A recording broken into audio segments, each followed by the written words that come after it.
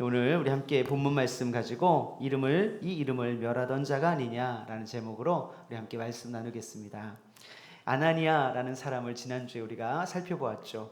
다메섹에 있었던 예수님을 잘 따르던 제자였습니다. 물론 사도행전 5장에 아나니아라는 사람이 한 명 더 나옵니다. 아나니아와 삽비라. 그 사람은 하나님을 예물을 드릴 때 하나님을 속여서 그 자리에서 하나님의 심판을 받았던 그런 비극의 주인공들이었죠. 근데 그 아나니아와는 다른 이 다메섹에 있는 아나니아를 지난주에 우리는 만나보았습니다. 이 아나니아가 사울에게 안수했습니다. 하나님께서 그를 보내셔서 사울에게 안수하게 하셨죠. 이때 사울의 눈에 비늘 같은 것이 벗어졌고 다시 보게 되었고 강건하여졌습니다. 눈을 뜬 사울은요, 다메섹에 있는 제자들과 며칠 동안을 함께 있었어요. 여러분 생각해 보실까요? 불과 며칠 전까지만 해도 상상할 수 없는 일이 벌어진 것이죠. 이 제자들을 사로잡기 위해서 다메섹에 왔던 사울이 거기에 있는 제자들과 교제하며 함께 머물렀다. 어떻게 이런 일이 일어날 수 있을까요? 참으로 희한한 일입니다. 희한한 일이에요. 그런데요, 성도 여러분, 예수 그리스도의 피는 전혀 함께할 수 없는 그 그룹을 하나로 만들어요. 예수 그리스도의 피는 전혀 예상치 못한 두 사람이 손잡고 함께 기도할 수 있게 한다라는 것이죠. 에베소서 2장 13절에 이렇게 말씀합니다. 이제는 전에 멀리 있던 너희가 그리스도 예수 안에서 그리스도의 피로 가까워졌느니라. 그리스도의 피의 그 능력을 믿으면 가까워지지 못할 사람이 없습니다. 멀리 있던 사람들이 예수 그리스도의 피가 흐르는 교회 안에서 하나가 되는 것이죠. 하나가 되는 것입니다. 그래서 멀리 있다. 우리 에베소서 2장 13절에 멀리 있다는 것은 여러 의미를 포함하고 있습니다. 지역적인, 문화적인, 정치적인, 정서적인 거리를 포함해서 서로 다른 사람들, 함께할 수 없는 사람들, 그 사람들을 말해요. 이렇게 멀리 있던 사람들이 예수 그리스도의 피로 가까워지게 되는 것이죠. 그래서 교회는요, 어떤 다름도 어떤 차이도 초월하는 것이 바로 교회입니다. 교회는 경상도 사람과 전라도 사람이 함께할 수 있는 곳이에요. 교회는 국민의힘 지지자와 더불어민주당 지지자가 하나 되는 곳이에요. 교회는 부자와 가난한 사람, 많이 배운 사람과 많이 배우지 못한 사람이 연합하는 곳이 바로 교회입니다. 할렐루야. 아멘이 작은 것 같아요. 이게 교회라고요. 이게 교회는 예수 그리스도의 피만, 예수 그리스도의 피로 하나 되는 그런 교회임을 성경은 우리에게 가르쳐주고 있습니다. 그래서 예수 그리스도의 피로 구원받은 사람이라면 누구라도 아무라도 교회의 구성원이 될 수 있습니다. 예수 그리스도의 피보다 강한 것이 있습니까? 없습니까? 확실합니까? 없습니다. 없어요. 정치 갈등, 지역 갈등, 남녀 갈등, 세대 갈등을 무기력하게 만드는 것이 예수 그리스도의 피입니다. 나는 저 사람하고 절대 할 수 없어. 같이 할 수 없어. 나 저 사람이 다니는 교회 절대 안 갈 거야. 그렇게 말하는 사람은 나는 예수 그리스도의 피의 능력을 전혀 몰라요 라고 말하는 것과 같아요. 나는 예수 그리스도의 피의 능력을 믿지 않아요 라는 것과 같습니다. 예수님을 만나기 전에 사울이 그랬죠. 도저히 용납이 안 되는 거예요. 도저히 용납이 안 돼요. 정말 예루살렘에 있었던 그 제자들을 박해하고 다 쫓아냈어요. 예루살렘 밖으로 다 쫓아냈어요. 그런데도 마음이 시원치가 않은 것이죠. 그래서 제자들이 박해를 피해서 다메섹까지 무려 240km나 떨어져 있는 그 다메섹까지 피해 갔는데 그것조차 마음에 허용이 안 되고 용납이 안 되는 것이죠. 그랬던 사람이 사울인데 예수 그리스도를 만난 이후 사울은요, 포용력을 지니게 되었습니다. 사울은 뭐라고 얘기하냐면 유대인이나 헬라인이나 종이나 자유자나 어떤 사람이라도 예수 안에 한 몸이 되었다고 말합니다. 고린도전서 12장 13절 말씀 한번 같이 읽어보겠습니다. 시작. 우리가 유대인이나 헬라인이나 종이나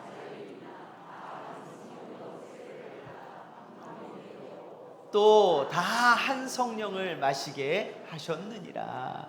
아멘. 복음서를 보면요, 이런 연합이 있었어요. 종교적, 정치적 견해가 다른 사람이 연합이라고 하기보다는 야합을 한 경우가 많았죠. 이들은 예수 그리스도를 죽이려는 목적을 가지고 전략적 동반자 관계를 맺었습니다. 이권, 욕심을 지키기 위한 전략적인 연합이었습니다. 하지만 성도의 하나됨은 전략적인 연합이 아니에요. 본질적인 연합입니다. 어떤 목적을 이루기 위함이 아니고 그냥 가족이고 그냥 한 몸이에요. 그냥 한 공동체예요. just 그냥. 교회의 하나됨은 그래서 본질적이라는 말씀을 드리는 겁니다. 어떤 상황에도 그 연합은 깨질 수가 없어요. 예수 그리스도의 피를 나눈 형제 자매이기 때문에 우리는 본질적으로 한 몸이 된 것이죠. 사울은 예수 그리스도의 피로 인하여서 담의 세계에 있던 제자들과 한 몸 되어 함께할 수 있었습니다. 이렇게 함께할 때에 자연스럽게 따라오는 현상이 있어요. 닮아요. 서로 닮아요. 사울은 며칠 만에 이 제자들과요 닮은 꼴이 되었어요. 무슨 말씀이냐면 20절 말씀을 함께 읽어보면 9장 20절, 즉시로 각 회당에서 예수가 하나님의 아들이심을 전파했다. 이 하나님의 아들이심을 전파했던 일을 누가 했던 일이에요? 제자들이 했던 일인데 그 일을 사울이요 며칠 만에 닮았어요. 예수 그리스도의 그 주되심을, 하나님의 아들 되심을 며칠 동안 함께 있으면서 제자들로부터 강력한 영향을 받았던 것이죠. 이렇게 함께 있으면요 복음은요 영향을 줘요. 물 들어가게 합니다. 여러분, 오랜 친구 사이를 보면요 닮죠. 희한합니다. 심지어요 얼굴도 닮아요. 얼굴도, 스타일도 닮고, 어디 갔더니요 신발도 똑같은 걸 신고 오셨어요. 닮아요. 취향이 같아지고 생각이 같아지고 마음이 같아집니다. 사회에서 만난 사람들이요 교회 다니는 나와 친구가 되면 나 때문에 교회에 대한 생각이 바뀌어야 돼요. 나 때문에 교회에 대한 그 마음이 바뀌어야 된다는 거죠. 다른 사람은 몰라도 내가 너 때문에 예수님은, 교회는 진짜인 줄 알겠다. 이런 영향을 주게 되어 있습니다. 내 믿음과 신앙의 거울은요 그 옆 사람을 보면 나타나게 돼 있어요. 부부, 자녀, 부모, 형제, 친구, 동료, 동업자, 동네에서 마주친 사람, 옆집 사람 등등 모든 사람이요 내 신앙의 거울이에요. 저 사람을 보니까 그래. 교회는 틀리지 않았지만, 복음은 틀리지 않았지만 사람들이 약해서 그런 거야. 이런 말이 나와야죠. 그들과의 관계 속에서 영향력을 주고 받으면서 관계를 맺어가는데 내가 그들에게 선한 영향력을 미치지 못하고 있다면 우리 신앙, 우리의 믿음 한번 잘 고민해 보셔야죠. 사실 세상의 영향력이 얼마나 대단합니까? 노도와 같이 우리를 막 삼키려고 세상의 그 영향력이 얼마나 우리를 잡아먹으려고 달려드는지 몰라요. 그 속에서 예수가 하나님의 아들입니다 전파하는 것은요 웬만한 결단과 결심으로는 어렵습니다. 결단과 결심으로는 안 돼요. 그럼 뭐가 필요합니까? 로마서 12장 2절에서 이렇게 말합니다. 너희는 이 세대를 본받지 말고 오직 마음을 새롭게 함으로 변화를 받아 하나님의 선하시고 기뻐하시고 온전하신 뜻이 무엇인지 분별하도록 하라. 결심으로는 안 돼요. 변화가 돼야 돼요. 변화가. 세속 문화에 대한 강력한 대응 전략은 결단이 아니에요. 변화입니다. 트랜스포메이션, 변화입니다. 사랑하는 여러분, 온 국민이 다이어트를 한다고 해도 과언이 아닙니다. 이 다이어트에 대한 화두가 사그러지지 않아요. 건강과도 직접적인 연관이 되어 있기 때문이죠. 많은 사람들이 다이어트를 하는데요, 실제로 몸매가 변화된 사람은 찾기가 어렵습니다. 수많은 사람들이 결심합니다. 어제도 여기에 계신 분들 중에 127명이 결단하셨어요. 다이어트 하겠다고. 많은 사람들이 결단해요. 근데 진짜로 다이어트에 성공한 사람은 많지가 않아요. 살 빼는 거 너무 쉽습니다. 제가 여러 번 말씀드린 방법을, 제가 아주 대단한 방법을 알려드렸죠. 적게 먹고 많이 움직이면 살은 분명히 빠지게 되어 있습니다. 분명해요. 이 이론은 쉬운데 실천이 어려워요. 안 먹으려고 마음으로 굳게 또 다짐하고 또 다짐하고 저녁 8시까지 막 참습니다. 그래 빨리 자자. 그리고 저녁 9시가 돼서 아유 빨리 자자. 그러고 침대에 눕는데 배고프니까 물이라도 한 잔. 잠이 안 온다. 물이라도 한 잔 먹어야지. 그리고 거실에 가는데요. 부엌에 들어가는데요. 식탁에서 나를 보고 방긋방긋 웃고 있는 이 인절미라는 녀석을 만납니다. 콩가루를 온몸에 바르고 나를 보면서 방긋방긋 웃는데, 여러분 이렇게 나몰라라 하면 됩니까? 안 됩니까?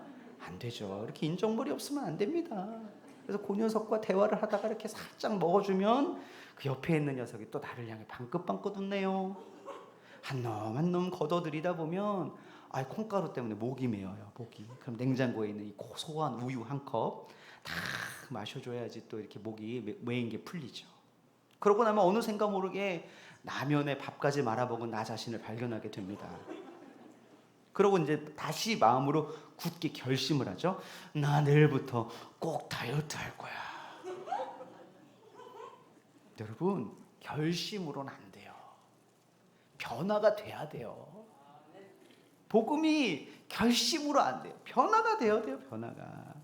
예수 그리스도를 전하는 것은 결심으로 되는 게 아니에요, 여러분. 변화가 있어야 돼요. 변화가. 내가 변화되면 예수 그리스도를 전하는 그런 준비가 이미 된 것이나 다름이 없어요. 그것이면 내 주변에 있는 사람들이 영향을 받게 되어 있습니다. 20절 말씀을 다시 한번 보실까요? 사울은 즉시로 각 회당에서 예수가 하나님의 아들이심을 전파하게 되었습니다. 즉시로라고 해요. 즉시로는 뭐예요? 즉시로 이게 관계 부사인데 다메섹 도상에서 예수님을 만나고 즉시로가 아닙니다. 그 사이에 뭐가 있냐면 제자들과 함께 며칠 있을새 그 다음 즉시로예요. 제자들과 함께 며칠 있으면서 예수가 하나님의 아들이심을 배웠어요. 제자들에게 영향을 받았어요. 그것을 깨닫게 되었어요. 그러자마자 그 즉시로 복음을 전파했습니다. 영적인 변화는요, 시간의 양이 중요하지 않아요. 시간의 질이 중요합니다. 여러분 오래 교회 다녔다는 것과 변화는 무관할 수 있어요. 잘 생각해 보셔야 돼요. 내가 교회 오래 다녔다고 내가 변화됐다고 생각하시면 안 되고요. 짧은 시간을 함께 해도 정말 변화된 사람과 함께 있다면 내가 변화되고, 내가 변화된다면 또 누군가를 변화시킬 수가 있다는 것입니다. 변화는 사람을 놀라게 해요. 사울이 다메섹의 회당에서 복음을 전했는데 그때 거기에 있었던 많은 유대인들이 놀랍니다. 왜요? 변화 때문이에요. 예수 이름을 부르던 자를 멸하려던 자가 예수 이름을 때문에 고통받고 박해받고 전하려는 그 사람으로 변화됐기 때문에 세상이, 유대인들이 놀랐던 것이죠. 빌립보서 3장 8절 말씀 볼까요? 또한 모든 것을 해로 여김은 내 주 그리스도 예수를 아는 지식이 가장 고상하기 때문이라. 내가 그를 위하여 모든 것을 잃어버리고 배설물로 여김은 그리스도를 얻고. 변화된 사람은요, 삶의 방식이 달라요. 예수 그리스도를 아는 지식을 가장 고상한 것으로 여깁니다. 다른 것은 배설물처럼, 쓰레기처럼, 정말 아무것도 아닌 것처럼 그렇게 여기는 그 변화를 경험하게 되는 것이죠. 이 변화 때문에 세상은 놀래요. 여러분 잘 들어보십시오. 세상은 복음 때문에 놀라지 않아요. 무슨 얘기인지 아세요? 복음 때문에 놀라지 않고 그 복음을 가지고 있는 사람들이 변화되는 것 때문에 놀라요. 우리가 아무리 강력한 복음 진리를 가지고 있어도 우리가 아무리 변화되지 않으면 소용이 없다는 거예요. 우리가 변화돼야 합니다. 그 복음의 능력 때문에 우리가 변화돼야 됩니다. 그러면 세상의 사람들이 우리의 변화에 놀라는 거예요. 그때 놀라는 거예요. 사울의 변화를 가까이서 지켜본 사람들이 놀랐습니다. 놀랐어요. 그런데요, 이 사람들이요, 사울이 변화됐는데도 사울의 변화 때문에 이 사람들이요, 그 변화되지 않는 사람들도 있어요. 보니까 복음을 사울이 전한 복음을 받아들이지 않아요. 반대해요. 거부해요. 이때 22절 말씀에 놀라운 표현이 나옵니다. 22절 말씀 같이 한번 읽어보겠습니다. 시작. 사울은 힘을 더 얻어. 여기까지만 읽겠습니다. 여기까지만. 사울은 힘을 더 얻어. 반대하는 사람들이 생기면 힘이 더 나야 정상입니까? 빠져야 정상입니까? 빠져야 정상이죠. 반대하는 사람이 생기면요, 힘이 빠져요. 저도 제가 설교하는데 다 목사님이 설교하는 게 마음에 안 들어서 다 팔짱 끼고 옆으로 이렇게 저를 보고 있다면 제가 힘이 더 생길까요? 빠질까요? 빠져요. 제가 엄청 힘이 납니다, 지금. 근데 사울은 이상해요. 반대하는데 힘을 더 얻었습니다. 왜 그럴까요? 매년 태신자를 작정하고 복음을 전하고 교회로 오라 하는데요, 이 남편이, 이 아내가, 이 자식놈이 듣지 않으면, 교회 오라는 이 복음의 이 메시지에 반응하지 않으면 마음이 상하죠. 당연합니다. 당연해요. 근데 어떻게 사울은 힘을 더 얻어 증언했을까요? 사랑하는 여러분, 복음은 듣는 사람이 준비될 때 외치는 것이 아니에요. 복음은 외치는 사람이 준비될 때 외쳐지는 것입니다. 복음은 외치는 사람이 준비되면 선포되게 돼 있다니까요. 에스겔은 이렇게 말합니다. 에스겔 2장 7절 말씀. 그들은 심히 패역한 자라. 그들이 듣든지 아니 듣든지 너는 내 말로 고할지어다. 에스겔의 이 하나의 말씀을, 이 선포를 들어야 될 사람들에 대해서 뭐라고 얘기하냐면 심히 패역한 자래요. 심히 패역한 자. 들을 준비가 돼 있다는 거예요? 안 돼 있다는 거예요? 안 돼 있다는 거예요. 그런데 듣든지 아니 듣든지 너는 고할지어다. 듣는 사람이 준비되기를 기다리는 것이 아니라 전할 사람이 준비되니까 전하게 되는 것이 복음이에요. 그래서 듣는 사람이 그 복음을 듣지 않는다고 해도 우리가 준비돼서 전한 복음이었기 때문에 실망할 필요가 없어요. 낙담할 필요가 없습니다. 사랑하는 여러분, 세례 요한은요, 광야에서 외치는 자의 소리였어요. 광야에서. 광야는 사람이 없는 곳이죠. 외로운 곳이죠. 고독한 것입니다. 광야에서 외치라고 한 이유는 무엇 때문일까요?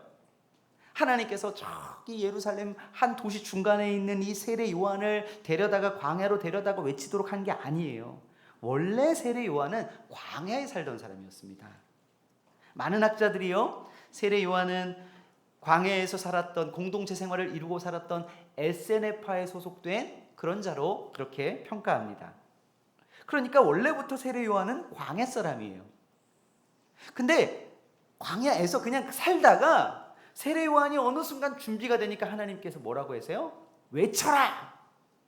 외쳐라!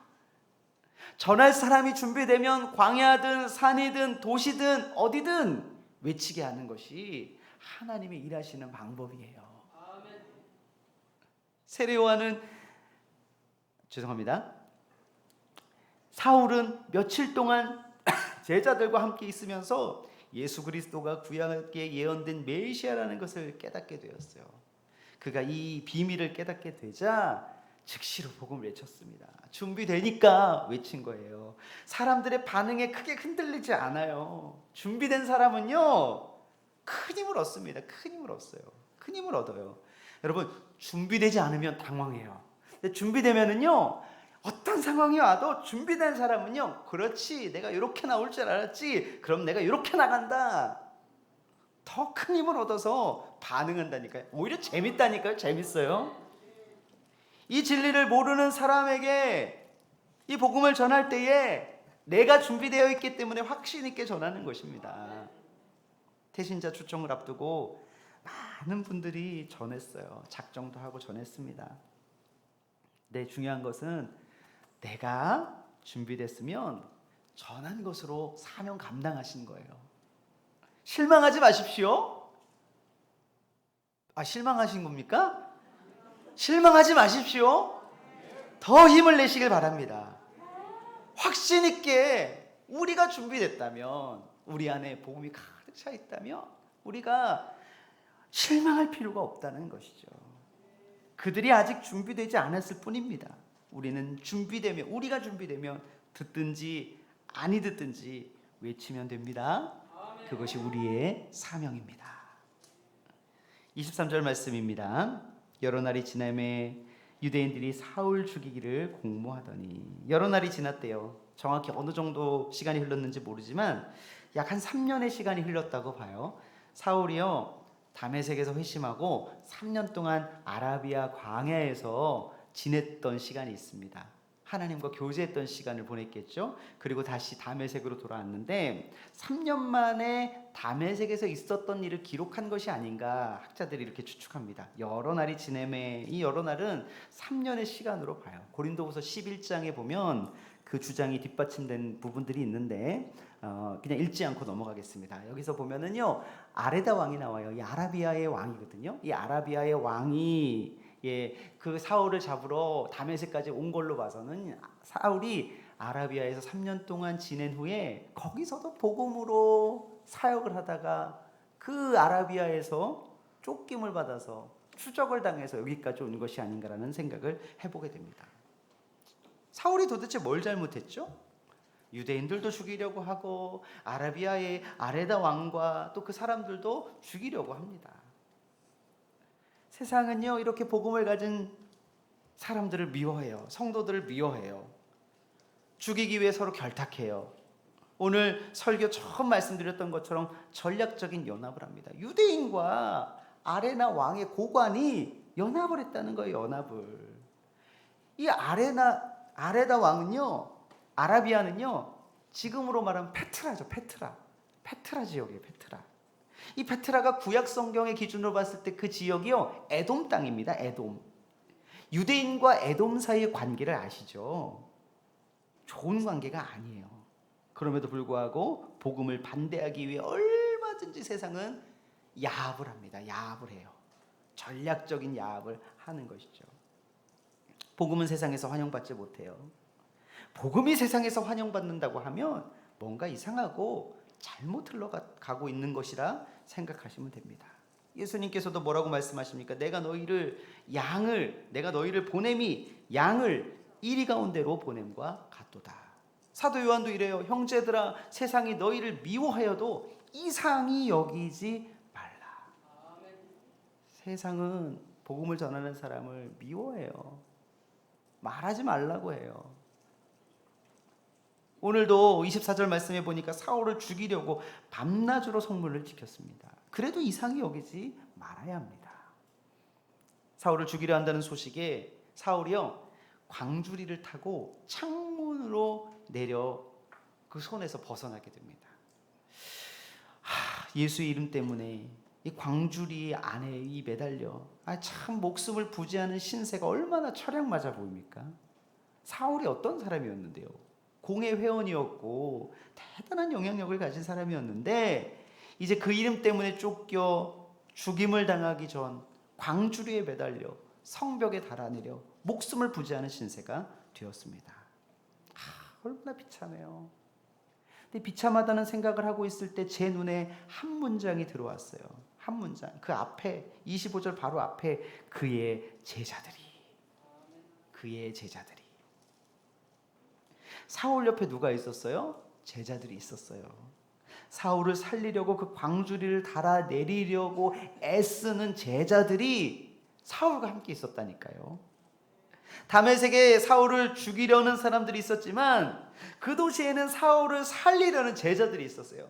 하나님께서 더 큰 능력의 손으로 하나님께서 제자들을 그곳에 보내셨고 세우셔서 이 사울을 택한 그릇, 하나님의 복음을 위하여 택한 그릇을 살리고 있는 것입니다. 하나님께서는 하나님의 사람들을 살리려고 어디에든지 사람을 남겨두세요. 목숨을 위협하는 세상 한가운데 들어가도 하나님께서는 하나님의 사람들을 숨겨놓으셔서 우리를 살리실 줄 믿습니다. 여호수아 2장을 보면요, 이스라엘은 여리고성을 정탐하기 위해 2명의 정탐꾼을 보냈습니다. 이 2명의 정탐꾼이 들어왔다는 소식이요, 여리고 왕에게 알려져요. 그러니까 발각이 된 것이죠. 발각이 됐는데 이 발각에서 온 나라가 이 2명의 정탐꾼을 잡으려고 난리가 났습니다. 한마디로 도가내든 쥐 신세가 되었어요. 도가내든 쥐. 하지만 하나님께서 여리고성에 놀라운 사람을 예비해 두셨어요. 라합, 기생 라합. 아무도 주목하지 않고 아무도 그를 존귀하다 여기지 않았지만 하나님께서 그 라합을 예비해 두셔서 이 2명의 정탐꾼을 살립니다. 여호수아 2장 15절 말씀 보면 라합이 그들을 창문에서 줄로 달아 내리니 그의 집이 성벽 위에 있으므로 그가 성벽 위에 거주하였습니다. 당시 성벽 위에 거주하는 사람들이 못 사는 사람들이에요. 소외계층들, 약자들. 근데 거기에 하나님께서 이 라합이라고 하는 아주 귀한 존귀한 사람을 그곳에 남겨두어서 이 정탐꾼을 살렸습니다. 사랑하는 여러분, 우리가 세상에서 우리가 복음을 전할 때 우리를 위협하는 세력들이 많아요. 그렇지만 절대 그들은 우리를 죽일 수 없습니다. 하나님께서 그 가운데에 하나님을 경외하는 사람들 남겨두셔서, 제자들을 남겨두셔서 우리를 숨겨셨다가 도우시고 살리실 줄 믿습니다. 왜 이런 경험이 없을까요? 왜 사는 경험이 없을까요? 우리가 적당히 살아서 그래요. 우리가 마지막까지 복음 때문에 가보지 않아서 그래요. 가보시죠. 살리실 줄 믿습니다. 살리십니다. 분명히 회복시키시고 온전케 하시고 피하게 하시고 도망케 하실 줄 믿습니다. 말씀을 뵙겠습니다. 예수 그리스도의 피는 전혀 다른 사람들도 하나로 만들죠. 멸하려던 자와 전하려던 자를 하나로 만들었습니다. 전혀 다른 사람이 그리스도의 복음 때문에 하나가 되면 세상은 얼마나 미워하는지 몰라요. 하지만 하나님께서는 그 안에 사람들을 예비해 두셔서 살리십니다. 절대 망하지 않습니다. 기독교가 끝난 것 같고 기독교 인구가 다 줄어든 것 같아도 신실한 하나님의 사람들이 여기저기 요소요소에 하나님께서 남겨두시는 분들이 있는 줄 믿습니다. 복음 전하는 자의 발걸음을 지키시는 하나님의 은혜가 이번 전도 축제의 여정에도 함께 하시길 바라고, 또 우리 성도님들의 삶 가운데에도 충만하시기를 축복합니다.